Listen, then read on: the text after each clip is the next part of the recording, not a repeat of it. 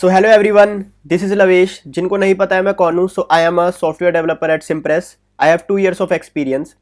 आज मैं आपको बताने वाला हूँ कि गिट और गिटहब क्या होता है, वर्जन कंट्रोल सिस्टम क्या होता है और कंपनी में स्पेसिफिकली ये इसको कैसे यूज़ करते हैं। बहुत ही ज़्यादा डिटेल वीडियो होने वाली है। यहाँ पर मैंने बहुत ही सुंदर सुंदर डायग्राम बना रखे हैं, नोट्स बना रखे हैं। नोट्स का लिंक आपको डिस्क्रिप्शन बॉक्स में मिल जाएगा। ठीक है, तो ये वीडियो बाकी वीडियो से अलग इस वजह से होगी क्योंकि इस वीडियो में मैं आपको बताऊंगा जो मैंने कंपनी में सीखा है, कंपनी में जो यूज़ होता है वो मैं आपको बताऊंगा। फॉर एग्जाम्पल, जब भी आप कंपनी में जाते हैं तो आपकी कंपनी में कॉन्फ्लिक्ट्स आते हैं। ठीक है, तो मैंने यहाँ पर एक सिनेरियो क्रिएट किया है कि कॉन्फ्लिक्ट कैसे आते हैं। दो प्रोग्रामर का एग्जाम्पल लेकर, लविश और मनीष, और फिर मैंने ये भी बताया कि आप उन कॉन्फ्लिक्ट को रिसॉल्व कैसे कर सकते हो, स्टेप्स बताए हैं। मैंने यहाँ पर बहुत सारी डिटेल चीज़ें भी डिस्कस करी है। For example, squash, rebasing, SSH keys, git को कैसे इंस्टॉल करना है, पुल, पुश, सब कुछ एक एक चीज हम डिटेल में कवर करने वाले हैं। इसलिए बस आप यहां से पढ़ सकते हो। चलिए वीडियो को शुरुआत करते हैं। तो सबसे पहले मैं आपको बताना चाहता हूं कि जब भी आप कोई गेम खेलते होंगे, जैसे आप मारियो गेम खेलते होंगे, हमने बचपन में मारियो गेम तो खेला ही है, तो हर गेम में ना चेक पॉइंट होते हैं। तो यहां पर भी कुछ इस प्रकार से ही है, जैसे चेक पॉइंट 1, यहां पर आप देख सकते हो checkpoint 1, checkpoint 2, checkpoint 3। इसका मतलब क्या होता है, गेम में पर्टिकुलरली अगर आप इस चेक पॉइंट 1 के बाद मरे हो तो आपको स्टार्टिंग से चालू करना नहीं पड़ेगा, आप चेक पॉइंट 2 से डायरेक्टली चालू कर सकते हो। इसी प्रकार से यहां पर होता है। हम यहां पर क्या कर सकते हैं, यहां पे देखो मैंने गिट की एक डेफिनेशन भी लिख रखी है। Git is a version control system used for maintaining code history. तो जो भी हम कोड करते हैं उसकी हिस्ट्री को मेंटेन करने के लिए एक वर्जन कंट्रोल सिस्टम चाहिए, और वो वर्जन कंट्रोल सिस्टम है हमारे पास गिट। गिट अलग चीज होती है, गिटहब अलग चीज होती है। अभी मैं स्पेसिफिकली गिट के बारे में बात करूंगा। और गिट एक सॉफ्टवेयर होता है जिसे हम अपने कंप्यूटर में इंस्टॉल कर सकते हैं। ठीक है, वो इंस्टॉल कैसे करेंगे वो भी मैं आपको बताऊंगा। ठीक है, गिटहब के बारे में अभी हमने कुछ भी नहीं पता। गिट एक सॉफ्टवेयर है जिसे हम इंस्टॉल कर सकते हैं और उसकी मदद से हम कोड की हिस्ट्री को मेंटेन कर सकते हैं। ठीक है, कोड की हिस्ट्री को कैसे क्यों मेंटेन करना है। ठीक है, बेसिकली हम कोड की हिस्ट्री को मेंटेन करने का मतलब है कोड के चेक पॉइंट बना सकते हैं। फॉर एग्जांपल, हमने कुछ कोड लिखा, हमने चेक पॉइंट क्रिएट कर दिया, फिर कुछ कोड लिखा, फिर कुछ चेक पॉइंट क्रिएट कर दिया, फिर कुछ कोड लिखा, कुछ चेक पॉइंट क्रिएट कर दिया। तो ये हिस्ट्री मेंटेन क्यों हो रही है, ये चेक पॉइंट क्यों मेंटेन हो रहे हैं। बेसिकली क्या होगा कि चेक पॉइंट 3 पे हमें पता लगा हमने कुछ कोड को फाड़ दिया है, हमारी वेबसाइट फट गई है, तो हम पुराने चेक पॉइंट पर जा सके इस चेक पॉइंट को डिस्कार्ड कर कर। तो आगे पीछे कैसे जाना है वो भी मैं बताऊंगा बहुत ही ज्यादा आसानी से। तो यहां पर मैंने लिख भी रखा है, git is a version control system used for maintaining code history so that we can go back to previous version if there is some problem in current version. अगर करंट वर्जन में कुछ प्रॉब्लम है तो हम पुराने version में जा पाए। तो ये था हमारे पास गिट। और गिट क्यों यूज होता है, ट्रैक व्रैक करने के लिए यूज होता है। चलो अब हम कुछ कोड लिखते हैं, डायरेक्टली हम कोड पर जंप करते हैं। उससे पहले आपको गिट को इंस्टॉल कर लेना है। गिट को इंस्टॉल करना बहुत ही ज्यादा आसान है। आपको एक फ्रेश गूगल क्रोम का ब्राउजर खोल लेना है और यहां पर आपको डालना है गिट इंस्टॉल। ठीक है, मेरे में गिट पहले से इंस्टॉल्ड है। आप जाएंगे डाउनलोड गिट पर। ठीक है, यहां पर आपको मैक ओएस के लिए करना है, मैक ओएस के लिए कर सकते हो, जो भी आपका ऑपरेटिंग सिस्टम है उसके लिए कर सकते हो। जैसे मेरे को मैक ओएस के लिए करना है तो इसने बता दिया है ब्रू इंस्टॉल गिट, कर लो आप। अगर आपको विंडोज के लिए करना है तो ये एक शायद exe फाइल को डाउनलोड करता है और आप इस विजिट की मदद से भी कर सकते हो। तो विंडोज में बहुत ज़्यादा करना आसान है। एक आपकी फाइल डाउनलोड होगी, नेक्स्ट नेक्स्ट नेक्स्ट करना है, आपको इंस्टॉल करना है, दैट्स इट, और आपको कुछ भी नहीं करना है। अगर आप मैक ओएस में हो तो आपको ब्रू इंस्टॉल गिट करना है और फिर ये पोर्ट वोट सब कुछ सेटअप कर देना है, और ये काफ़ी ज़्यादा आसान है। ठीक है, तो गिट जैसे ही आपका इंस्टॉल हो जाएगा फिर आपको क्या करना है, यहां पर आपको एक टर्मिनल खोलना है। ठीक है, यहां पर मैं टर्मिनल खोल लेता हूं और इसे थोड़ा सा बड़ा कर देता हूं। यहां पर मैंने टर्मिनल को बड़ा कर दिया और यहां पर अगर आप लिखोगे गिट माइनस माइनस वर्जन, तो यहां पर मेरा कुछ वर्जन लिखा हुआ आ रहा है गिट का। ये आपका कंफर्म करता है कि यहां पर आपका गिट पूरी तरीके से इंस्टॉल हो चुका है। अब जो हम अगली कमांड पढ़ने वाले हैं वो है गिट कॉन्फिग। ठीक है, गिट कॉन्फिग का मतलब क्या है। ठीक है, अगर मैं यहां पर टीएल ड्रॉ पे जाऊं तो यहां पर देखो गिट कॉन्फिग, जो हम अब कमांड पढ़ने वाले हैं वो है गिट कॉन्फिग। इन कमांड से हम अपनी लोकल मशीन, जिस भी मशीन पर हम अपना कोड कर रहे हैं, इसको मैं थोड़ा सा ऊपर कर देता हूँ, शायद मैं इसके बीच में आ रहा हूँ। हाँ, तो गिट कॉन्फ़िग क्या होता है? इन कमांड से हम अपनी लोकल मशीन को बताते हैं कि हमारे नेम एंड ईमेल क्या है। कि भाई हमें गिट को बताना पड़ेगा ना हमारा नेम और ईमेल क्या है। ये क्यों बताना पड़ेगा गाइज? हम हिस्ट्री इसलिए भी मेंटेन कर रहे हैं, गिट का इस्तेमाल इसलिए भी होता है ताकि हम अपना कोड दूसरे के साथ शेयर कर पाए, ठीक है। और दूसरा हमारे कोड को लेकर उसमें कुछ अपडेट कर पाए, कुछ बग फिक्स कर पाए। कंपनीज में ऐसे ही काम होता है, ठीक है। तो अब क्या है कि यहां पर चेक पॉइंट 1 किसी प्रोग्रामर ने लिखा है, चेक पॉइंट 2 किसी प्रोग्रामर ने लिखा है, चेक पॉइंट 3 किसी प्रोग्रामर ने लिखा है। तो चेक पॉइंट 2 में कुछ कोड होगा, वो स्पेसिफिक कोड किस प्रोग्रामर ने लिखा है वो आपको पता होना चाहिए, ठीक है। तो हम अपने को बता देते हैं, मतलब अपनी लोकल मशीन को बता देते हैं, इस पर जितना भी कोड लिखूंगा वो मैं लिखूंगा, ठीक है। मेरा नेम ये है, मेरा ईमेल ये है, ताकि जब भी कोई भी चेक पॉइंट में कोई भी दिक्कत हो तो हमें पता हो कि किस प्रोग्रामर के पास जाना है। बड़ी बड़ी कंपनीज में ऐसा ही होता है कि भाई ये चेक पॉइंट इसने लिखा है तो भाई इसके पास जाओ। तो वो हमारे सारे फोल्डर, जो भी हमारे लोकल मशीन में सारे फोल्डर्स हैं, उनको बताने के लिए हमें गिट कॉन्फ़िग वाली कमांड चलानी होती है।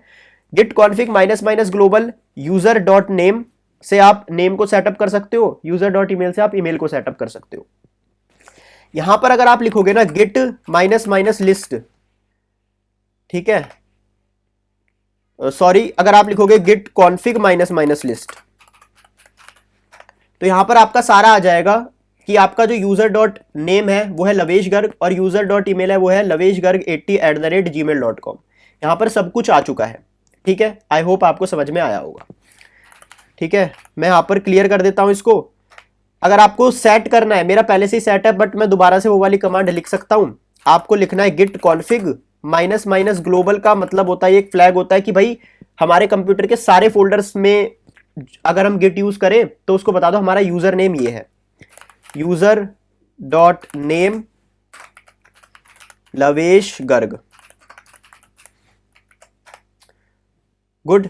ऐसे ही हम ईमेल बता सकते हैं, केवल यहां पर आपको लिखना है ईमेल और लवेश गर्ग की जगह आपको लिख देना है LOVESHGARG80@gmail.com।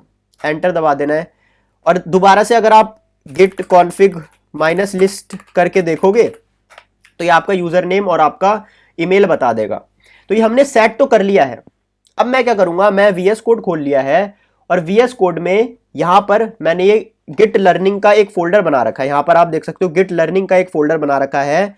अब मैं क्या करता हूं, एक टर्मिनल खोल लेता हूं। यहां पर मैंने एक टर्मिनल भी खोल लिया है। अब गाइज सबसे पहली कमांड जो हम यहां पर देखने वाले हैं वो है गिट इनिट। तो गिट इनिट की मैंने यहां पर डेफिनेशन भी लिख रखी है। तो गिट इनिट क्या करता है, हम गिट को परमिशन दे रहे हैं please track a particular folder. For example जो ये बड़ा वाला बॉक्स है ना, जो ये बड़ा वाला बॉक्स है जो अभी मैं हिला रहा हूं, तो ये क्या है, ये हमारा कंप्यूटर है। हमारे कंप्यूटर में बहुत सारे फोल्डर हो सकते हैं। तो जो छोटे छोटे बॉक्सेस है ना, ये हमारे कंप्यूटर के बहुत सारे फोल्डर हैं। ऐसे ही मेरे कंप्यूटर में एक फोल्डर है गिट ट्यूटोरियल कर, जिसको मैंने VS कोड के अंदर खोल रखा है। अगर मैं गिट को परमिशन देना चाहता हूं कि मेरे फाइल्स की हिस्ट्री को मेंटेन करी जाए, परमिशन दे रहा हूं, केवल अभी परमिशन दे रहा हूं, तो मेरे को गिट इनिट कमांड चलानी पड़ेगी इस पर्टिकुलर फोल्डर के अंदर।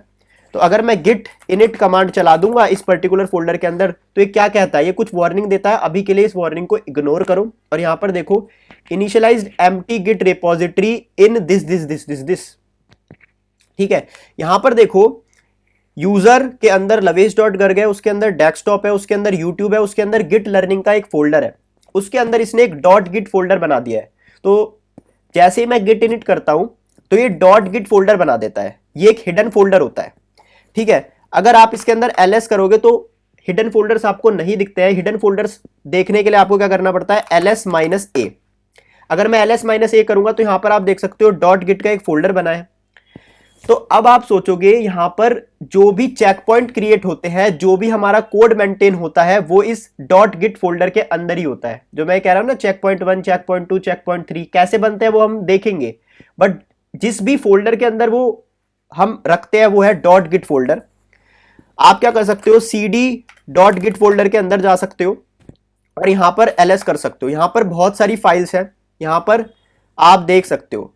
इसके अंदर हमें जाने की जरूरत नहीं है। हम गिट इनिट कमांड समझ चुके हैं कि गिट इनिट कमांड हमारे फोल्डर को, हम गिट को ये इजाजत देता है कि इस फोल्डर में आप फाइल को ट्रैकिंग कर सकते हो। अब मैं इसे क्लियर कर देता हूं और यहां पर एक फाइल बना देता हूं first.js कर।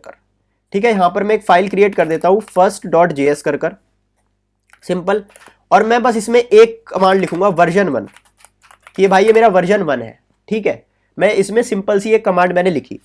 ठीक है, अब मैं क्या करूंगा, जैसे आप यहां पर देखो, ठीक है, यहां पर ना एक ग्लोबल कमांड होती है, यहां पर एक ग्लोबल कमांड होती है जो कि बार बार मैं यूज करूंगा। उस कमांड को आप याद रख लेना। ये कमांड होती है गिट स्टेटस। गिट इनिट तो हमने पढ़ लिया, गिट ऐड अब हम पढ़ने वाले हैं, बट उससे पहले एक कमांड होती है गिट स्टेटस। गिट स्टेटस जैसे ही हमने गिट इनिट कर लिया ना, तो हम गिट स्टेटस से पता लगाते हैं कि उस पर्टिकुलर फोल्डर में कौन कौन सी फाइल्स है जिनको गिट ट्रैक कर रहा है, कौन सी फाइल मॉडिफाई हो चुकी है, कौन सी फाइल मॉडिफाई नहीं हो चुकी है। तो ये पूरी हमें समरी लाके दे देता है। क्या लाके दे देता है? समरी। ठीक है, इसका मतलब यह है, सबसे पहले मैं डॉट गिट फोल्डर से बाहर आ जाऊंगा, गिट स्टेटस करूंगा। जैसे ही आप गिट स्टेटस देख रहे हो तो वो कह रहा है अनट्रैक्ड फाइल first.js। यहां पर देखो VS कोड में भी यू आ जाता है। हमने गिट को परमिशन तो दे दी है कि आप क्या करो, आप बेसिकली इस फोल्डर में फाइल्स को ट्रैक कर सकते हो, बट हमें गिट को यह भी बताना पड़ेगा कि जो हम नई फाइल क्रिएट करेंगे कि इस फाइल को ट्रैक करो, इस फाइल को ट्रैक करो, इस फाइल को ट्रैक करो। गिट इनिट से तो केवल परमिशन दी है। अगर आपको पर्टिकुलर फाइल को ट्रैक करवाना है तो यहां पर एक कमांड होती है गिट ऐड। ठीक है, यहां पर हमने लिख रखा है हम एक फाइल या फिर ग्रुप ऑफ फाइल्स को गिट को ट्रैक करने बोल रहे हैं। एक फाइल को भी बोल सकते हैं, ग्रुप ऑफ फाइल को भी बोल सकते हैं। अब यहां पर जैसे मैंने गिट स्टेटस लिखा तो यहां पर कह रहा है अनट्रैक्ड फाइल first.js। अगर आपको उसको ट्रैक करना है तो यहां इसने खुद ही कमांड बता दी गिट ऐड, और यहां पर आपको लिखना है फाइल का नाम। तो अगर मैं लिखूंगा गिट ऐड और मेरी फाइल का नाम है first.js, तो यहां पर अगर मैं लिखूंगा first.js और मैं दबाऊंगा एंटर, यहां पर आप देख सकते हो ये ऐड हो चुका है।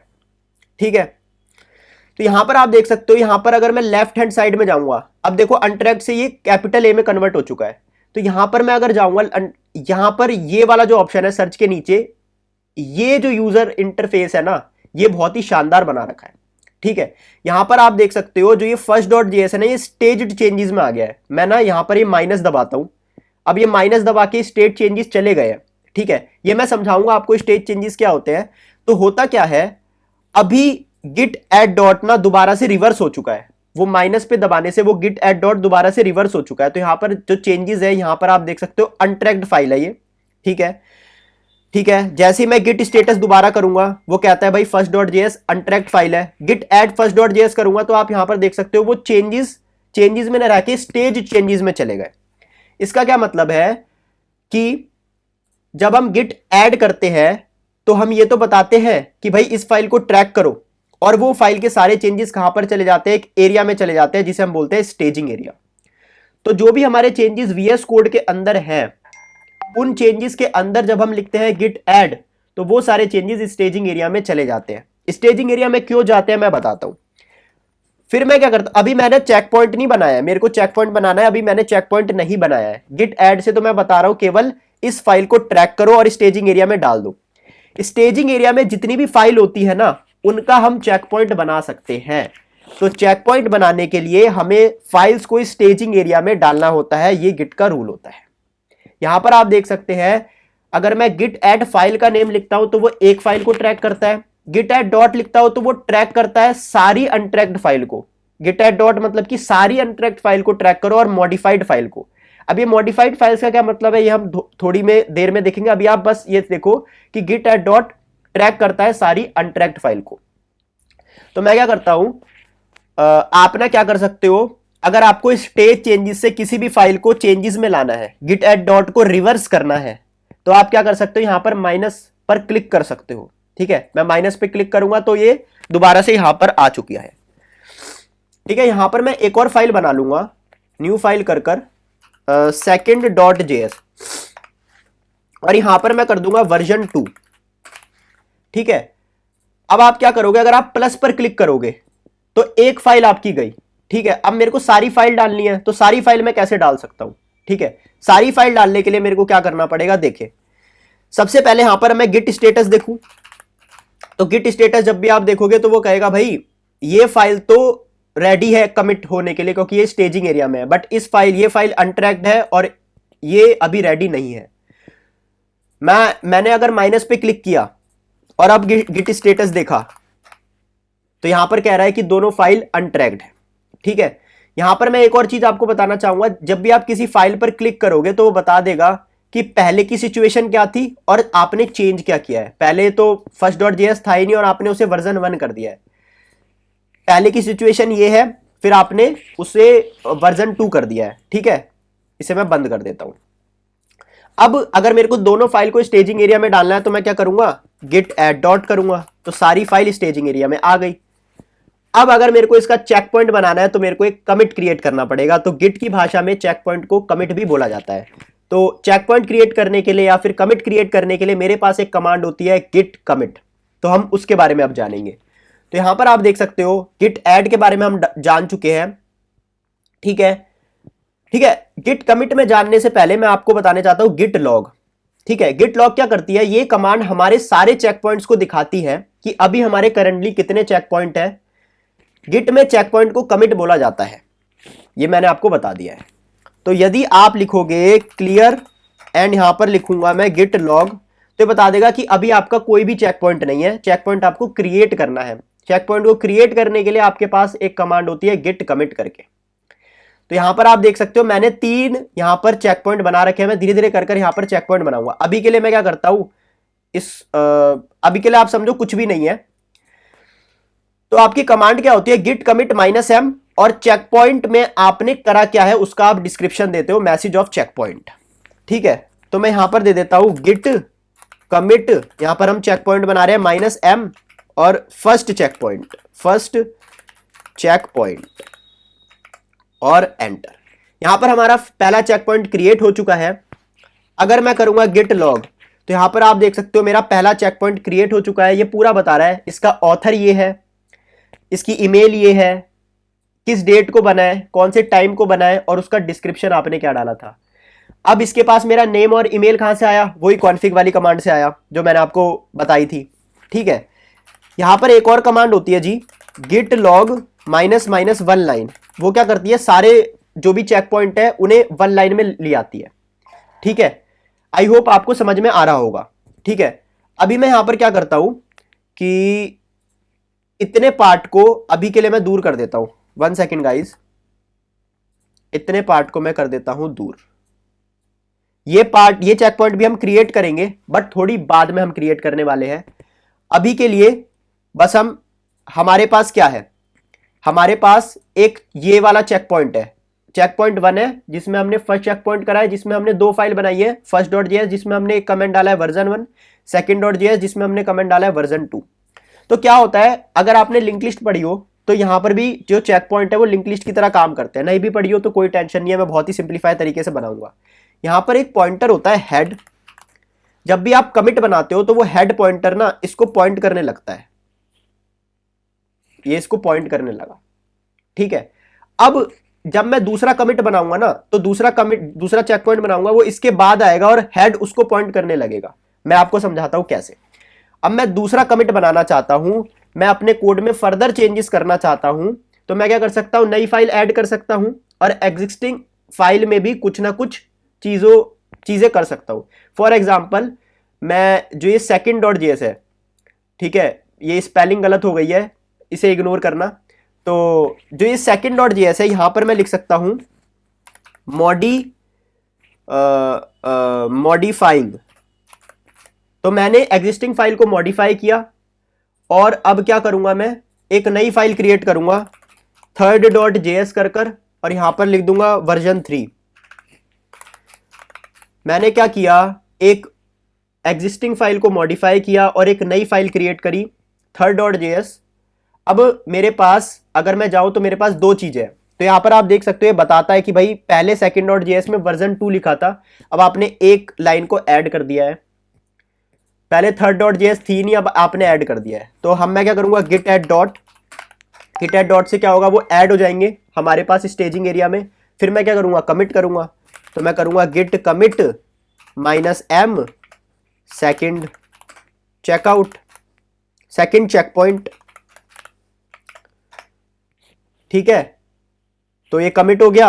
अगर मैं लिखूंगा गिट लॉग 1 लाइन, तो ये मेरे को बता देगा कि मेरा जो फर्स्ट चेक पॉइंट है ये है, जो सेकंड चेक पॉइंट है ये है, और सेकंड चेक पॉइंट पे ही हेड है हमारे पास।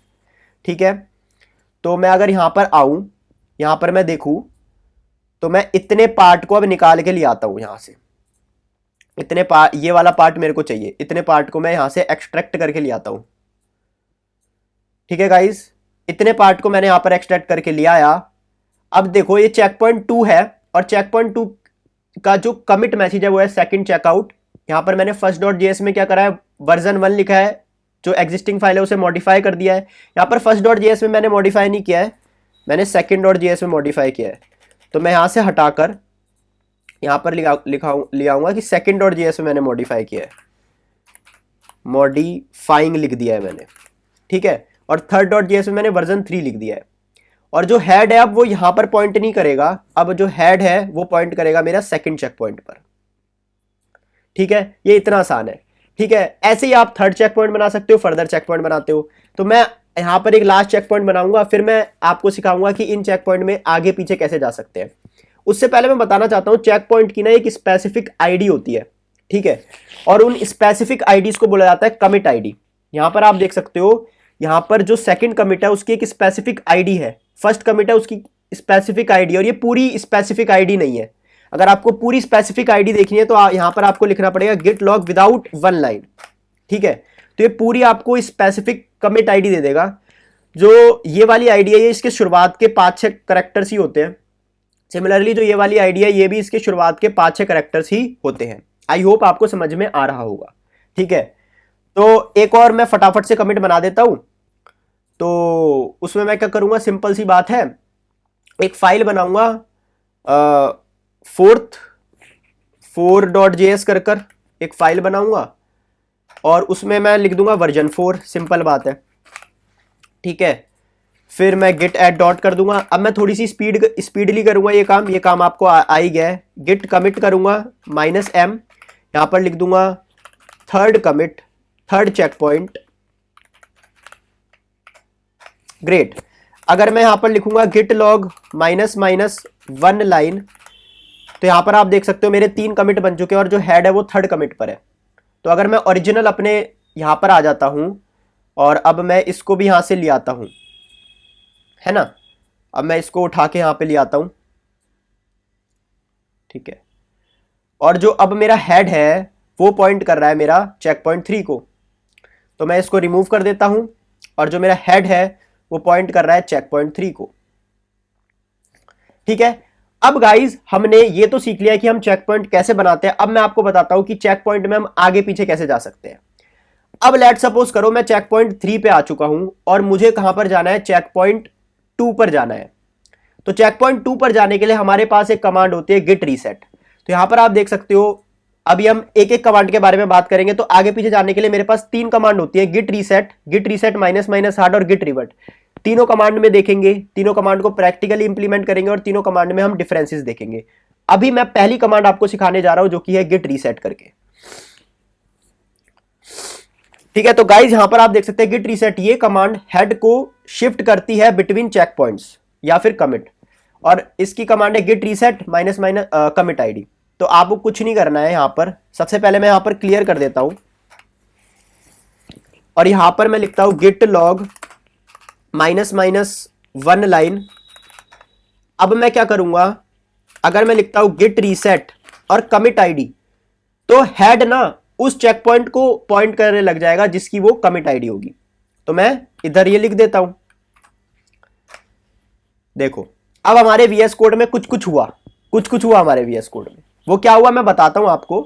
तो अब हेड ना इसको पॉइंट ना कर हेड पॉइंट कर रहा है हमारे पास चेक पॉइंट 2 को। अभी चेक पॉइंट 2 में क्या था, चेक पॉइंट 2 और चेक पॉइंट 3 में एक ही डिफरेंस है कि जो fourth.js है ना, वो हमारे पास एक्स्ट्रा आ गया, जिसमें मैंने वर्जन 4 लिखा है। ग्रेट। तो यहां पर आप देख सकते हो कि जो 4.js है ये तो अभी भी यहां पर है। ठीक है, तो आप यहां पर देखो, यहां पर ना एक चेंज आ गया है। वो चेंज ये कह रहा है कि मैं हूं तो सेकंड कमिट पर। अगर आप गिट लॉग करोगे, गिट लॉग यहां पर वन लाइन करोगे, तो यहां जो हेड है वो सेकंड कमिट पर तो है, बट जो हमारा वीएस कोड है, वीएस कोड के अंदर इसके चेंजेस अभी भी रहेंगे।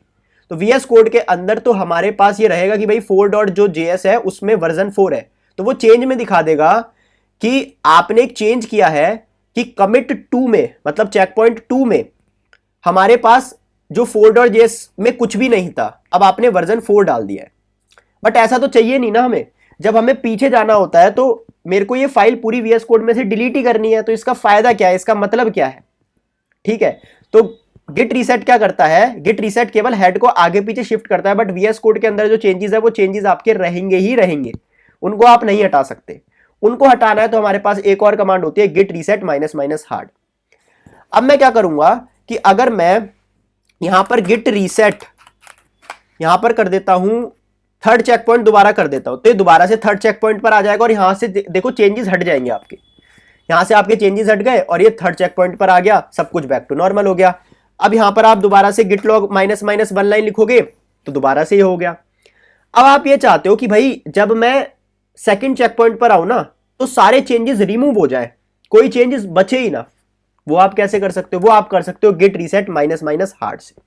ठीक है, तो git reset minus minus hard अगर आप करते हो, git reset minus minus hard अगर आप करते हो इससे, ठीक है, और आप एंटर दबाते हो, तो यहां पर देख लो ये कह रहा है head is now at this particular thing. ठीक है, मतलब वो कह रहा है गिट सेकंड पर है। ठीक है, यहां पर देखो आपका 4.js पूरा रिमूव ही हो गया। ठीक है, तो गिट रीसेट यही कहता है हमारे पास माइनस माइनस हार्ड। ये कमांड हेड को शिफ्ट करती है between checkpoint and commit, जो कि गिट रीसेट करता था, साथ में एडिशनल काम भी करती है, वीएस कोड से भी कोड हटा देती है। कौन से कोड हटा देती है? मान लो हमने हेड को इधर शिफ्ट किया है, तो जो भी उसके आगे के जितने भी कमिट्स होंगे, आगे के जितने भी कमिट्स होंगे वो उनको क्या कर देगी? रिमूव कर देगी, उनको क्या कर देगी? डिलीट कर देगी। आई होप आपको समझ में आ रहा होगा गिट रीसेट और git reset minus minus hard में डिफरेंस क्या होता है। ठीक है गाइस, मैं अब ये चेक पॉइंट 3 को दोबारा से रिवाइव कर लेता हूं, ठीक है, आपको रिवर्ट समझाने के लिए। ठीक है, तो देखो यहां पर क्या होता है कि यहां पर अगर मेरे को git reset minus minus hard तब यूजफुल है जब मेरे को बहुत पीछे जाना है। मान लो यहां पर ना मेरे पास एक और चेक पॉइंट है, एक और चेक पॉइंट है, और ये जो हमारा हेड है वो यहां पर है। अब मैं अगर चेक पॉइंट 2 पर आ जाऊंगा तो ये दोनों जो चेंजेस है, इन दोनों के जो चेंजेस है वो पूरे खत्म हो जाएंगे। ठीक है, अगर मेरे को केवल एक पर्टिकुलर चेक पॉइंट के चेंजेस को रिवर्ट करना हो, एक पर्टिकुलर चेक पॉइंट के चेंजेस को, तो मैं रिवर्ट कमांड यहां पर यूज करता हूं, वहां पर मैं रीसेट कमांड को यूज नहीं कर सकता हूं। वो कैसे होता है वो मैं आपको बताता हूं। ठीक है, सबसे पहले मैं यहां पर कमांड Z कर लेता हूं और ये सिनेरियो दोबारा से ले आता हूं, क्योंकि चेक पॉइंट 3 तो हमारा गायब हो चुका है यहां से। ठीक है, तो मैं यहां पर क्या करूंगा, दोबारा से फर्स्ट वो बना लूंगा अपना फाइल, जो कि होगी fourth.js। इसके अंदर मैं लिख दूंगा वर्जन 4 कर वर्जन 4। ठीक है, और मैं वही काम करूंगा, git add dot git commit message लिख दूंगा थर्ड चेक पॉइंट, और मैं यहां पर इसको कर दूंगा एंटर। थर्ड चेक पॉइंट लिख दिया मैंने यहां पर, कूल है। और फिर मैं यहां पर क्या कर दूंगा, चेक पॉइंट बन चुका है। अगर मैं git log minus minus one line करूंगा तो यहां पर आप देख सकते हो, यहां पर मेरे पास फर्स्ट चेक पॉइंट है, फिर हमारे पास सेकंड चेक पॉइंट है, फिर हमारे पास थर्ड चेक पॉइंट है। आई होप आपको समझ में आ रहा होगा। हाँ जी, तो अब हमारा जो हेड है वो दोबारा से कहां पर आ चुका है? यहां पर आ चुका है। ठीक है, तो मैं यहां पर ये कलर चूज कर लेता हूं, जो हमारा हेड है वो आ चुका है चेक पॉइंट नंबर 3 पे। ठीक है गाइस, अब यहां पर मैं क्या करता हूं, यहां पर मैं बहुत ही सिंपल चीजें करूंगा, गिट रिवर्ट सीखने वाला हूं। तो केवल एक पर्टिकुलर चेक पॉइंट के अगर इफेक्ट को हमें रिवर्ट करना है तो हमें गिट रिवर्ट यूज करना पड़ेगा। उसकी कमांड होती है गिट रिवर्ट और कमिट आईडी। फॉर एग्जांपल, अगर मेरे को चेक पॉइंट 2 के कमिट्स को रिवर्ट करना है, रिवर्ट का मतलब क्या है, जो मैंने उसमें ऐड किया था उसे डिलीट करना है, जो डिलीट किया था उसे दोबारा से ऐड करना है। तो इसमें मैंने केवल ऐड किया है, तो मैंने इसमें क्या क्या किया है, इसमें मैंने मॉडिफाइंग लिखा है और third.js बनाया है। तो मेरे को अगर इसको रिवर्ट करना है तो मैं क्या करूंगा, गिट रिवर्ट का इस्तेमाल करूंगा। तो गिट रिवर्ट क्या करता है, जो चेक पॉइंट 2 के कमिट्स है उसका एक उल्टा कमिट बना देता है, उसको अंडू कर देता है और यहां पर आगे ऐड कर देता है और हेड आगे शिफ्ट हो जाता है, जैसे कि मैंने यहां पर कर रखा है। वो कैसे होता है, बहुत आसान है। आपको क्या लिखना होता है, गिट रिवर्ट, कौन से को रिवर्ट करना है, सेकंड चेक पॉइंट को रिवर्ट करना है, लिखा, एंटर दबा दिया। यहां पर देखो बहुत कुछ चीज हुई। यहां पर आप देख सकते हो कि यहां पर देखो आपका जो third.js है वो जा चुका है, क्योंकि वो वाला मैंने सेकंड में डाला था। और यहां पर आप देख सकते हो किसी में भी देखो first.js में मैंने मॉडिफाइंग लिखा था, तो first.js में मॉडिफाइंग भी हमारे पास नहीं है, ठीक है। तो आप समझ सकते हो। अब यहां पर देखो कुछ कुछ चीज खुल गई है, हमारे सामने अजीब सा टर्मिनल खुल गया है। वो कह रहा है कि अगर हम यहां पर भी जाएंगे तो देखो ये स्टेज एरिया में चेंजेस आ गए हैं। वो क्या कह रहा है कि थर्ड.js को आपने यहां पर रिमूव किया था, डिलीट किया था, और जो second.js है उसमें आपने मॉडिफाइंग लिखा था, उसको आप अब रिवर्ट कर रहे हो, ठीक है। तो मैं क्या कर रहा हूं, third.js को डिलीट कर रहा हूं और मॉडिफाइंग को दोबारा से अंडू कर रहा हूं, ठीक है। तो मैं यहां पर देखो कुछ कुछ लिखा है, इसको मैं आपको पढ़ के बताता हूं। Please enter the commit message for your changes, lines starting with hash will be ignored and an empty message aborts the commit. इस लाइन का कहने का मतलब है कि जिन जिन लाइन के सामने हैश नहीं लगाया ना वो हमारे पास कमिट मैसेज है। तो इन दोनों लाइन के सामने हमारा हैश नहीं लगाया तो ये कमिट मैसेज है, जो कि आप यहां पर भी देख सकते हो VS कोड में लिखा हुआ है।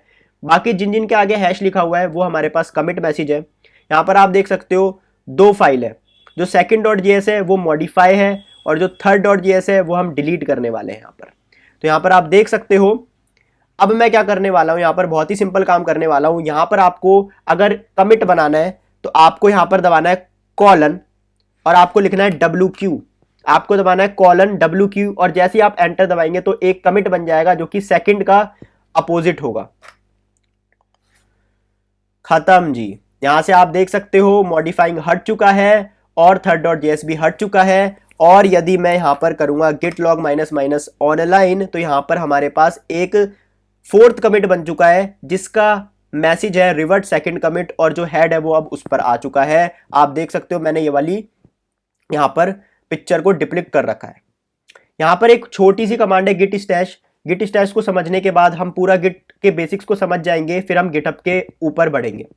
गाइस अब हम सीखेंगे गिट स्टैश के बारे में। तो यहां पर अगर मैं कुछ भी चेंज कर रहा हूं, तो अगर मैंने यहां पर कुछ भी चेंज किया तो ये जो चेंजेस है ये हमारे पास यहां पर आ गए। अब मेरे को क्या करना है, अभी मेरे ने VS कोड में जितने भी चेंजेस करे हैं ना, जो चेक पॉइंट क्रिएट है उनको मैं कुछ भी नहीं छेड़ रहा हूं, बट जो VS कोड में जो मैंने एक्स्ट्रा चेंजेस करे हैं मैं उसको डिस्कार्ड करना चाहता हूं, ठीक है। तो मैं उसको डिस्कार्ड करने की कोशिश करूंगा। तो उसको डिस्कार्ड करने के लिए आपको कुछ नहीं लिखना है, गिट स्टैश लिख देना है, तो आपके सारे चेंजेस डिस्कार्ड हो जाएंगे और वो यहां से भी हट जाएंगे। आई होप आपको अब समझ में आ रहा होगा, चीज़ों को बहुत ही अच्छे से आप गिट समझ गए होंगे। अब हम बढ़ते हैं गिटहब में, ठीक है। तो गिटहब क्या करता है, ये एक वेब बेस्ड एप्लीकेशन है जिससे हम अपने कमिट्स को इंटरनेट पर होस्ट कर सकते हैं, इंटरनेट पर एक जगह रख सकते हैं।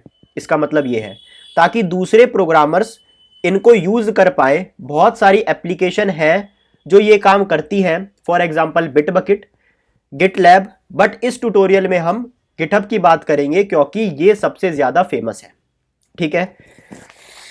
तो अगर हमको अपने कोड को शेयर करना है, अपने चेक पॉइंट्स को शेयर करना है दूसरे प्रोग्रामर्स के साथ ताकि वो फर्दर चेक पॉइंट बना सके, हमारे कोड में अगर उन्हें कोई नया फीचर डालना है तो वो डाल सके, हमारे कोड में कोई बग है उसको वो रिसॉल्व कर सके, एक चेक पॉइंट क्रिएट कर सके, तो हमको क्या करना पड़ता है, इंटरनेट पर एक जगह उसको रखना पड़ता है ताकि वो प्रोग्रामर उस पर्टिकुलर जगह से उसको उन चेक पॉइंट्स को पुल कर अपना आगे का काम कर पाए।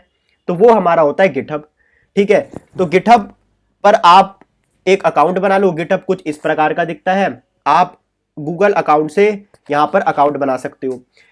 एक बात मैं आपको रिकमेंड करने वाला हूं, जब आपने लिखा था git config -- global user dot email, तो जो ईमेल आपने कॉन्फ़िग में लिखी थी उधर से आप यहां पर अकाउंट बना सकते हो सिंपली, ठीक है। अब यहां पर क्या होता है, यहां पर, ठीक है, इतनी बात हमें समझ में आ गई है, ठीक है। अब मैं क्या करूंगा, जितना भी मैंने कोड यहां पर किया है ना, इसको मैं पुश करने की कोशिश करूंगा अपने गिटहब के ऊपर। तो पुश करने के लिए सबसे पहले मैं आपको दिखा देता हूं कि आप जब भी गिटहब पर लॉगिन करोगे ना तो आपकी कुछ इस प्रकार की विंडो आएगी। सबसे पहले अगर आपको इस गिट लर्निंग के फोल्डर को गिटहब पर ले जाना है तो आपको एक रेपोजिटरी बनानी पड़ेगी। ठीक है, तो रेपोजिटरी कुछ नहीं होती है, हम क्या कर रहे हैं इस फोल्डर को यहां पर ला रहे हैं, तो गिटहब में रेपोजिटरी को फोल्डर बोला जाता है। तो हम कुछ नहीं करेंगे, योर रेपोजिटरी में आएंगे और योर रेपोजिटरी में आने के बाद यहां पर एक न्यू का बटन है, उस पर मैं क्लिक करूंगा। जैसे मैं न्यू के बटन पे क्लिक करूंगा तो ये रेपोजिटरी का नाम पूछेगा, मैं इस रेपोजिटरी का नाम दे दूंगा गिट ट्यूटोरियल। ठीक है, ये कहतेगा ये अवेलेबल है। यहां पर आप डिस्क्रिप्शन भी डाल सकते हो, यहां पर आप बता सकते हो कि ये रेपोजिटरी पब्लिक है, प्राइवेट है, और आप यहां पर रिपोजिटरी को क्रिएट कर सकते हो। मैंने रिपोजिटरी को यहां पर क्रिएट कर दिया। तो रिपोजिटरी को क्रिएट करने के बाद आपको क्या करना है, आपको ये भी तो बताना है कि ये वाला फोल्डर को मैं अपने गिटहब के कौन से फोल्डर, कौन सी रिपोजिटरी के साथ अटैच करना चाहता हूं। ठीक है, तो उसके लिए यहां पर एक कमांड होती है गिट रिमोट एड ओरिजिन, ये। ठीक है, तो हमारा जो गिटहब का लिंक है वो है ये git@github.com लवेश गर्ग 80, जो कि मेरा यूजर नेम है गिटहब का, और gi-tutorial जो हमारी रेपोजिटरी है उसका नाम है। बेसिकली गिट ट्यूटोरियल था बट यहां से मेरे पास टाइपो हो गया तो रेपोजिटरी का नाम gi-tutorial हो गया है, दैट इज फाइन। तो ये पूरा लिंक बन गया है। तो अगर मैं यहां पर लिखता हूं ना गिट रिमोट एड ओरिजिन कर और यहां पर इसको पेस्ट कर देता हूं, एंटर मारता हूं, और यहां पर अब लिखता हूं गिट रिमोट -v, तो यहां पर ये कह देता है कि अब यहां पर आपका जो फोल्डर है वो उधर से अटैच हो चुका है। अब आपको अपना कोड को पुश करना है। तो पुश करने के लिए हमारे पास एक कमांड होती है गिट पुश। हम अपने नोट्स के पास चलते हैं, यहां पर आप देख सकते हो, यहां पर हमारे पास एक गिट पुश कमांड होती है। ये ब्रांच क्या होती है, ब्रांच को हम समझेंगे अभी। बेसिकली ब्रांच कुछ नहीं होती, सीक्वेंस ऑफ कमिट होती है जो कि हम गिटहब पर शेयर करते हैं। तो यहां पर आप देख सकते हो जो मेरे कमिट थे वो थे 4। तो ये सीक्वेंस ऑफ कमिट को मैं क्या करने वाला हूं, गिटहब पर पुश करने वाला हूं, और वो कमिट आपको विजुअली मैं यहां पर दिखा रहा हूं, वो गिटहब पर भी दिखेंगे आपको विजुअली। ये आपको जो चित्र है वो गिटहब पर दिखेगा। गिटहब का यूआई बहुत ज्यादा शानदार है। ठीक है, बट उससे पहले मेरे को पुश करना पड़ेगा। तो पुश करने के लिए मेरे पास गिट पुश कमांड होती है जो कि गिटहब पर मेरे कोड को पुश करती है। तो उसके लिए मेरे को यहां पर लिखना पड़ेगा गिट पुश ओरिजिन, अपनी ब्रांच का नाम। अभी मैं मास्टर ब्रांच पे हूं, आप ब्रांच कौन सी ब्रांच पे हो वो आप यहां से देख सकते हो VS कोड के कॉर्नर से। तो आप अभी मास्टर ब्रांच पे हो सकता है आप मेन ब्रांच पे हो, जिस भी ब्रांच पे हो आपको वहां पर लिख देना है गिट पुश ओरिजिन मास्टर। ये आपकी कमांड होती है, आपको एंटर दबा देना है। यहां पर ये कह रहा है कि आपके पास ना परमिशन नहीं है पुश करने के लिए।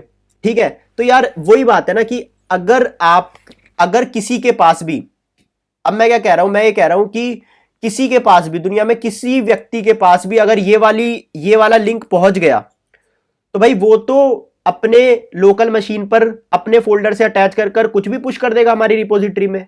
तो यहां पर क्या होता है, एक एल्गोरिथम होती है SSH एल्गोरिथम। तो हमें क्या करना होता है, SSH की जनरेट करनी होती है, और वो SSH की जनरेट कर हमें गिटहब के साथ शेयर करनी होती है। तो उसका कंसेप्ट क्या होता है वो भी मैंने नोट्स में लिख रखा है कि हमें सेटअप करना है SSH की को। तो हमें क्या करना पड़ता है, अपने लोकल मशीन में ना प्राइवेट और पब्लिक की को जनरेट करना पड़ता है। स्टेप 1 वो कैसे करेंगे मैं आपको बताऊंगा। तो जो मैंने पब्लिक की को जनरेट किया उसे गिटहब के साथ शेयर करना होता है। जैसे ही मैंने गिटहब के साथ शेयर कर दिया तो जब भी मैं पुश या पुल करूंगा गिटहब से तो वो क्या करेगा, हमारे कंप्यूटर में जो प्राइवेट की प्रेजेंट है उसको मैच करेगा गिटहब पर जो पब्लिक की प्रेजेंट है। ठीक है, अगर वो पब्लिक की प्राइवेट की से मैच हो जाएगी तो वो पुश पुल करने की उसको देगा, अदरवाइज उसको नहीं देगा। तो सबसे पहले अगर आपको प्राइवेट और पब्लिक की बनानी है, स्टेप 1 है हमारे पास अपनी लोकल मशीन पर, तो आपको कुछ नहीं करना है, आपको गिटहब पर जाना है, यहां पर आपको होम पेज पर जाना है, यहां पर आपको अपने अवतार पर क्लिक करना है, यहां पर आपको जाना है सेटिंग्स पर। सेटिंग्स पर जैसे ही आप जाओगे तो यहां पर आपको एक चीज दिखेगी SSH एंड GPG कीज, उस पर आपको क्लिक करना है। और यहां पर अभी मेरी एक भी SSH की अटैच्ड नहीं है, यहां पर आपको डालना है connecting to GitHub using SSH key पर क्लिक करना है, और यहां पर करना है generating a new SSH key and adding it to SSH agent. यहां पर आप पूरा पढ़ सकते हो बट मैं आपको फटाफट से बता देता हूं कि ये एक कमांड है जिससे आप पब्लिक और प्राइवेट की को जनरेट कर सकते हो। ठीक है, तो मैं क्या करूंगा, रूट डायरेक्टरी में आ जाऊंगा, इस कमांड को यहां पर पेस्ट करूंगा और यहां पर अपना ईमेल डाल दूंगा। ठीक है, यहां पर मैं अपना ईमेल डाल दूंगा। मेरा ईमेल क्या है, वही laveshgarg80@gmail.com। ठीक है, मैंने अपना ईमेल डाल दिया। तो ये क्या है, ये बेसिकली SSH सेटअप कर रही है।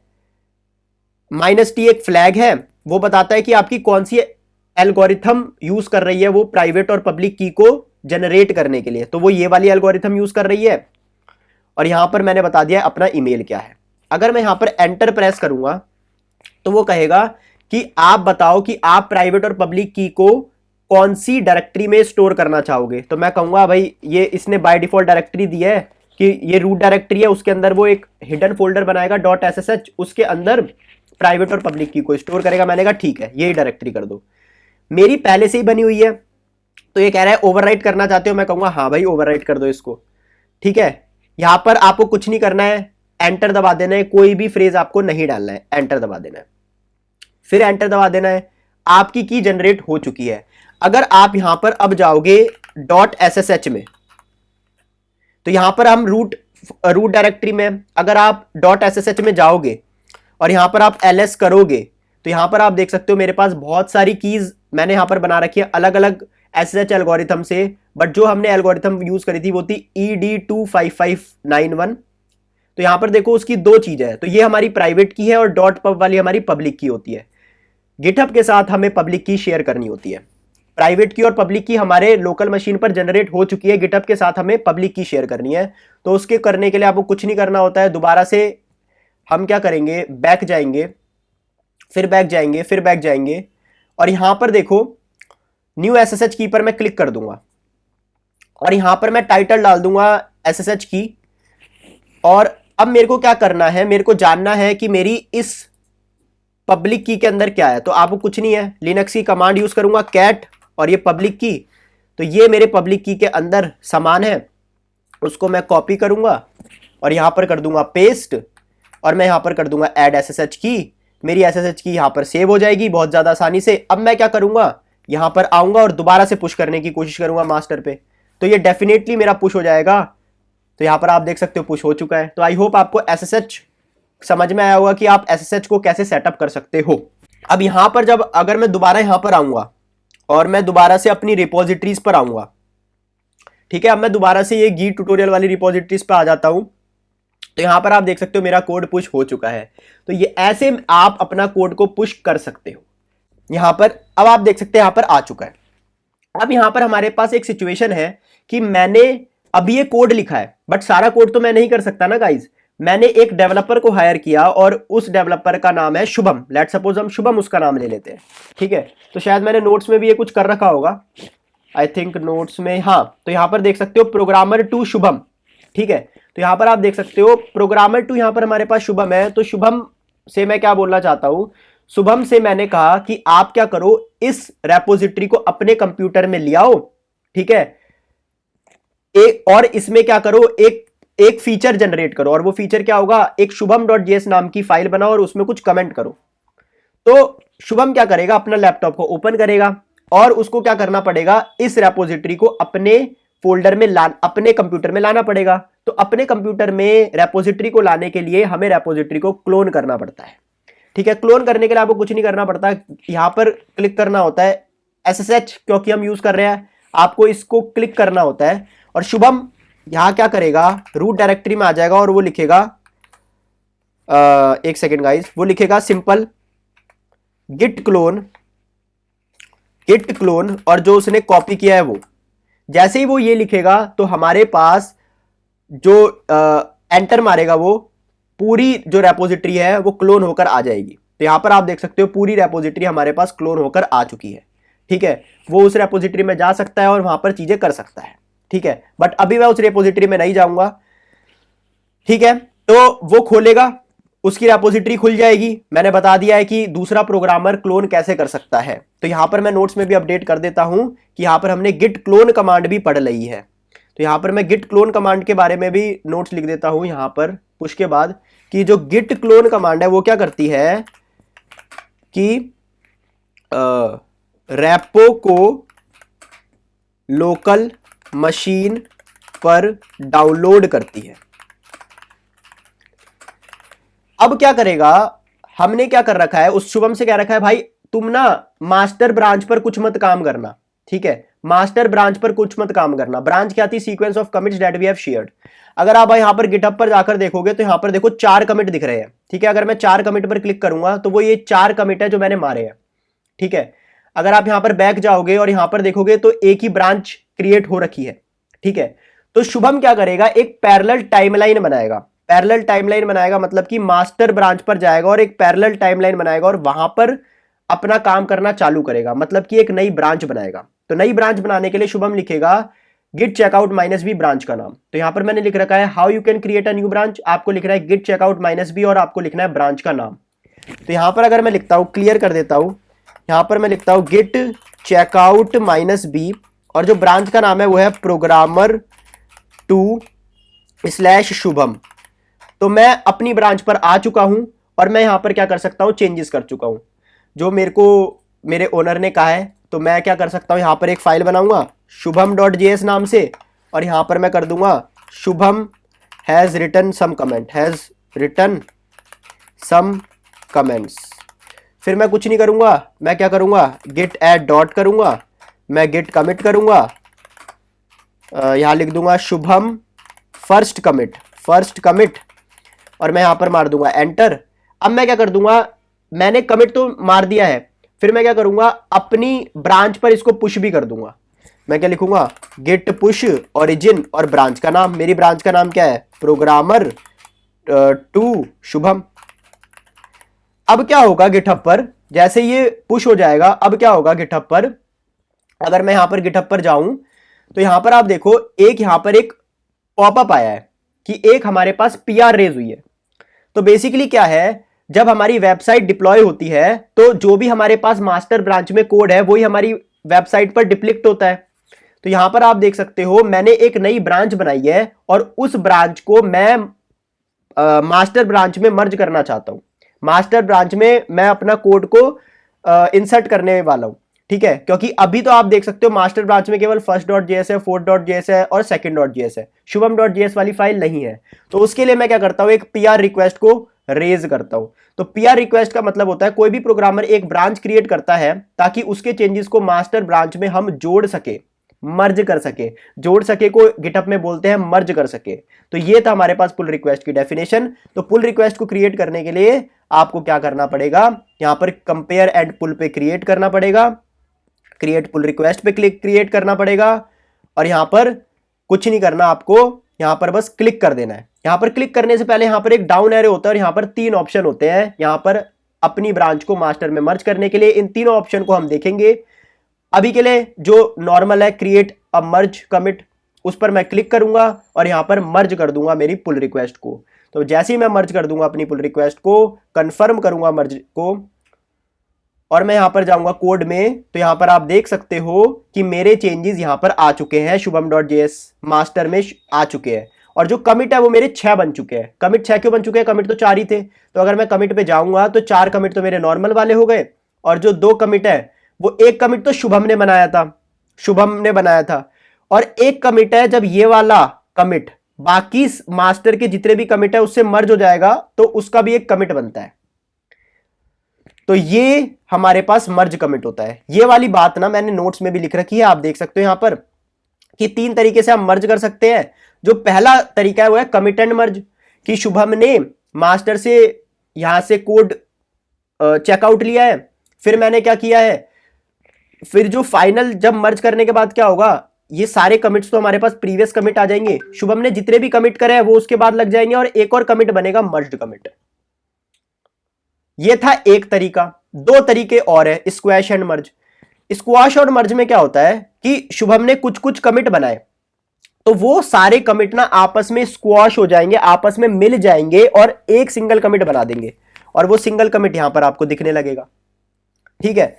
रिबेस एंड मर्ज क्या होता है, रिबेस एंड मर्ज में क्या होता है, जितने भी कमिट है ना वो एज इट इज यहां पर लग जाएंगे, बाकी कुछ नहीं होगा, ठीक है। तो यहां पर आप देखो जितने भी कमिट थे वो लग गए और एक और एक्स्ट्रा मर्ज कमिट लगा इन दोनों का। यहां पर क्या हुआ, सारे कमिट मिल गए और एक कमिट आ गया हमारे पास। और यहां पर क्या हुआ कि कि जितने भी कमिट थे उनको हमने यहां पर लिया है। तो इसे बोलते हैं रिबेस एंड मर्ज, इसे बोलते हैं स्क्वैश एंड मर्ज, और इसे बोलते हैं कमिट एंड मर्ज। तीनों को हम देखने वाले हैं, कमिट एंड मर्ज को हम देख चुके हैं। कंपनीज में जो यूज होता है वो होता है स्क्वैश एंड मर्ज। जिस कंपनी में मैं काम करता हूं उसकी रीजन ये है कि जितने हम कमिट को कम से कम रख सकते हैं उतना हमारा यहां पर बेनिफिट होता है। ठीक है, तो कमिट एंड मर्ज को मैं करके दिखा चुका हूं, स्क्वैश एंड मर्ज को मैं करके दिखाऊंगा। ठीक है, तो यहां पर आप देख सकते हो, ये बहुत ही शानदार तरीके से मैंने आपको यहां पर समझा दिया है। ठीक है, तो स्क्वैश एंड मर्ज को करने से पहले मैं क्या करता हूं, आपको गिट पुल कमांड सिखा देता हूं। तो ये कमांड क्या करती है, किसी भी ब्रांच के लेटेस्ट चेंजेस को पुल करती है हमारे लोकल सिस्टम में। इसका क्या मतलब है, अगर अब आप गिटहब पर जाओगे तो आप देखोगे मास्टर ब्रांच पे shubham.js आ चुका है। बट अगर मैं अब अपनी लोकल मशीन की मास्टर ब्रांच पे जाऊंगा तो उस पर तो shubham.js है ही नहीं। तो एग्जिस्टिंग ब्रांच पे जाने के लिए मुझे कुछ नहीं लिखना पड़ता, गिट चेकआउट ब्रांच का नाम लिखना पड़ता है, मास्टर मैं लिख दूंगा, ये मैं आपको पहले से ही बता चुका हूं। फिर मैं क्या करूंगा, सिंपली अगर मेरे को गिटहब पर जो मास्टर पे चेंजेस है उसे पुल करना है तो मेरे को यहां पर लिखना पड़ेगा गिट पुल ओरिजिन मास्टर। तो मेरे सारे गिटहब के पुल हो जाएंगे। अब मैं क्या सीख रहा हूं, स्क्वैश सीख रहा हूं, तो मैं एक और ब्रांच बना दूंगा, गिट चेकआउट -b स्क्वैश। ठीक है, ठीक है, इसमें मैं 2 कमिट करूंगा। तो मैं एक फाइल बना देता हूं स्क्वैश करके, squash.js करके। इसमें मैं पहला कमिट करता हूं कमिट 1। ठीक है, वही कुछ नहीं करना है, वही घिसा पिटा काम, git add dot git commit -m first commit. दूसरा चेक पॉइंट बनाने के लिए मैं क्या करूंगा, कुछ नहीं करूंगा, यहां पर लिख दूंगा कमिट 2 और यहां पर लिख दूंगा दोबारा से गिट एड डॉट और यहां लिख दूंगा सेकंड कमिट। तो यहां पर मैंने 2 कमिट बनाए हैं। ठीक है, अब मैं क्या करूंगा, अपनी ब्रांच को पुश कर दूंगा। पुश करने के लिए गिट पुश ओरिजिन, मेरे को लिखना होता है अपनी ब्रांच का नाम, मैंने ब्रांच का नाम लिख दिया है, ये पुश हो जाएगा। पुश होने के बाद क्या क्रिएट होगा, पीआर रिक्वेस्ट क्रिएट होगा। पीआर रिक्वेस्ट हमको यहां पर दिख जाएगी। ये हम दूसरे पे आ चुके हैं, तो ये पीआर रिक्वेस्ट यहां पर आ जाते हैं हम। तो ये हमारे पास पीआर रिक्वेस्ट दिख गई है। तो हम यहाँ का क्या करेंगे, कंपेयर एंड पुल रिक्वेस्ट करेंगे। कंपेयर एंड पुल रिक्वेस्ट करने के बाद यहां पर मैं क्या करूंगा, क्रिएट पुल रिक्वेस्ट करूंगा। क्रिएट पुल रिक्वेस्ट करने के बाद यहां पर मैं कर दूंगा स्क्वैश को सेलेक्ट और स्क्वैश एंड मर्ज कर दूंगा, कंफर्म स्क्वैश एंड मर्ज। तो क्या करेगा, सारे कमिट को मर्ज कर देगा। यहां पर अगर आप कोड में देखो तो आपको 2 इंडिविजुअल कमिट नहीं दिखेंगे मास्टर में जाकर।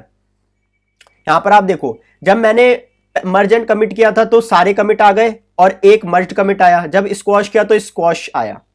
ठीक है, और सिमिलर तरीका हमारा रिबेस के साथ भी हो सकता है।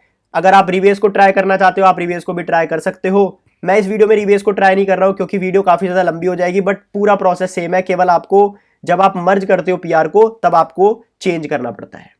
ठीक है, तो गाइज अब मैं आपको बताने जा रहा हूं कि कॉन्फ्लिक्ट को कैसे रिसॉल्व करते हैं और इस वीडियो को आज हम करेंगे खत्म। तो कॉन्फ्लिक्ट को रिसॉल्व करने के लिए आपको कुछ नहीं करना होता है।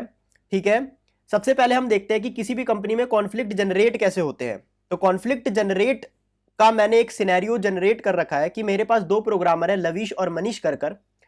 लविश को कहा है कि हमने कुछ फीचर असाइन किया है, मनीष को कुछ हमने बग असाइन किया है। लविश ने किन्हीं फाइल्स में चेंजेस करे हैं, मनीष ने किसी फाइल में चेंजेस करे हैं।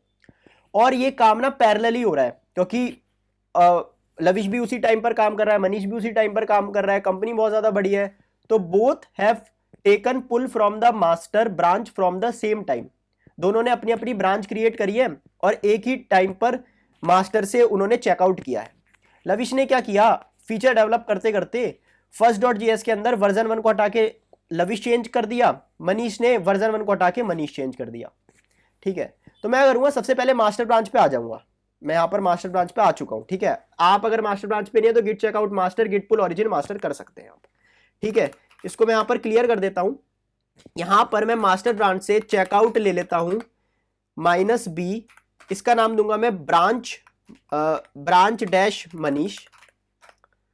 मैंने चेकआउट ले लिया और मैं एक चेकआउट ले लेता हूं git checkout -b branch dash Lavish. ठीक है, तो मैंने यहां पर 2 ब्रांच यहां पर बना लिए। अब लविश ने क्या करा, first.js में वर्जन 1 को हटाकर कर दिया लविश चेंज, और वही काम किया, git add dot git commit minus M Lavish change, और फिर पुश कर दिया, गिट पुश ओरिजिन, ब्रांच का नाम बी डैश लविश, एंटर कर दो। ठीक है, काफी ज्यादा आसानी से हो जाएगा।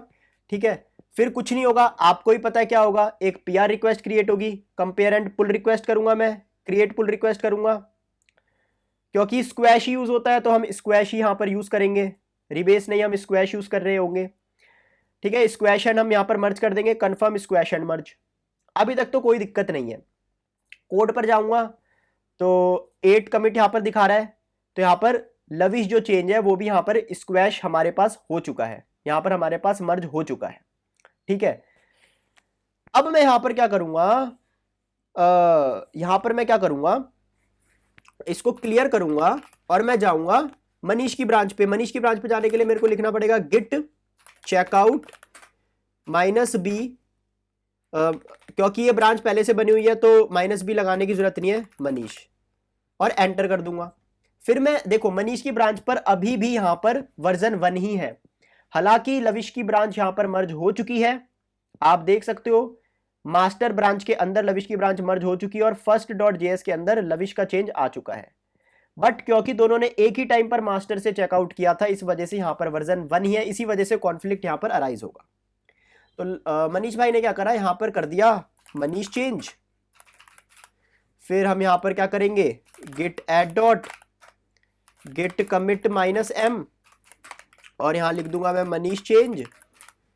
ठीक है, और फिर मैं यहां पर क्या करूंगा, गिट पुश ओरिजिन मनीष की ब्रांच का नाम। तो यहां पर आपको पता है क्या होगा, पुल रिक्वेस्ट तो क्रिएट होगी बट उसमें कॉन्फ्लिक्ट होगा, compare and pull request, create pull request, उसमें कॉन्फ्लिक्ट होगा। और वो कॉन्फ्लिक्ट क्या होगा कि वो कंफ्यूज हो जाएगा कि वो लविश का चेंज ले या फिर वो मनीष का चेंज ले। अगर यहां पर आप रिसॉल्व कॉन्फ्लिक्ट पर क्लिक करोगे, ये रहा, अगर इसको रिसॉल्व करना है मनीष भाई को तो क्या करना पड़ेगा, क्योंकि वो रिसॉल्व करे बिना मर्ज नहीं करने देगा, तो रिसॉल्व करेगा तो क्या करना पड़ेगा, ये कुछ स्टेप है। पहले स्टेप है चेकआउट करो उसी ब्रांच पर जिस पर कॉन्फ्लिक्ट है, तो वो ब्रांच पर तो मैं हुई। सेकंड स्टेप है कि भाई जिस भी ब्रांच में आप मर्ज करना चाहते हो उसको पुल करो, जनरली हम मास्टर में मर्ज करते हैं तो मास्टर से हम पुल ले लेते हैं। तो मैं क्या करूंगा, गिट पुल ओरिजिन मास्टर। ठीक है, यहां पर मैंने पुल ले लिया। फिर मैंने यहां पर क्या करा, मैंने यहां पर कहा कि भाई जो मनीष चेंज ये है, मेरा चेंज ये है करंटली, और लविश का चेंज ये है। अब मैं लविश भाई को बुलाऊंगा, भाई ऐसे ही तो मैं लविश भाई का कोड थोड़ी उड़ा सकता हूं, मैं लविश भाई को बुलाऊंगा और मैं डिस्कस करूंगा कि लविश भाई क्या आपने क्या कोड चेंज किया है, मैंने क्या कोड चेंज किया है, क्या हमें दोनों रखना चाहिए या फिर आपका रखना चाहिए या फिर मेरा रखना चाहिए, it totally depends on the situation. तो यहां पर अगर आप एक्सेप्ट करंट चेंज करोगे तो मेरा चेंज रहेगा, एक्सेप्ट इनकमिंग चेंज रहोगे तो लविश का चेंज रहेगा, एक्सेप्ट बोथ चेंज करोगे तो दोनों का चेंज रहेगा। हम दोनों ने आपस में सलाह मशवरा करी, हमने कहा दोनों का चेंज रहेगा तो एक्सेप्ट बोथ चेंज कर देता हूं मैं। इसके बाद आपका कॉन्फ्लिक्ट रिसॉल्व हो चुका है। जैसे ही आपका कॉन्फ्लिक्ट रिसॉल्व हो चुका है, थर्ड स्टेप भी हो चुका है, फिर आपको कमिट करना है और पुश अगेन करना है। कमिट करने के लिए वही आपको क्या करना है, गिट एड डॉट कर दूंगा मैं, git commit minus M resolve conflict कर दूंगा, और फिर सॉरी गाइज मैंने यहां पर ये क्लोजिंग नहीं किया था, फिर मैं क्या करूंगा, दोबारा से पुश कर दूंगा मनीष की ब्रांच पर, और मेरा यहां पर कॉन्फ्लिक्ट डेफिनेटली यहां पर रिसॉल्व हो जाएगा। अब मैं यहां पर अगर गिटहब पर जाकर देखूंगा तो यहां पर देखो ये चेक कर रहा है और यहां पर हमारा कॉन्फ्लिक्ट रिसॉल्व हो गया है। अगर मैं स्क्वैश एंड मर्ज कर दूंगा, कंफर्म स्क्वैश एंड मर्ज कर दूंगा, यहां पर जाकर देखूंगा कोड के अंदर, यहां पर देखूंगा कमिट के अंदर, तो यहां पर हमारा ये स्क्वैश्ड चेंज आ गया है, सारे कमिट को उसने एक कमिट बना दिया है, और यहां पर आप डेफिनेटली देख सकते हो कि यहां पर दोनों के चेंज आ गए हैं। तो यहां पर मैंने आपको बता दिया है कि कॉन्फ्लिक्ट कैसे आता है और उसे रिसॉल्व कैसे करते हैं। आई होप आज की वीडियो आपको पसंद आई होगी। वीडियो पसंद आई है तो वीडियो को लाइक कीजिएगा। जो भी मैंने यहां पर नोट्स लिखे हैं उसका लिंक आपको डिस्क्रिप्शन बॉक्स में मिल जाएगा। अगर आज की वीडियो से आपकी हेल्प हुई है तो कमेंट सेक्शन में मुझे जरूर बताना। मिलता है फिर किसी और वीडियो में, तब तक के लिए keep coding, be safe, bye bye.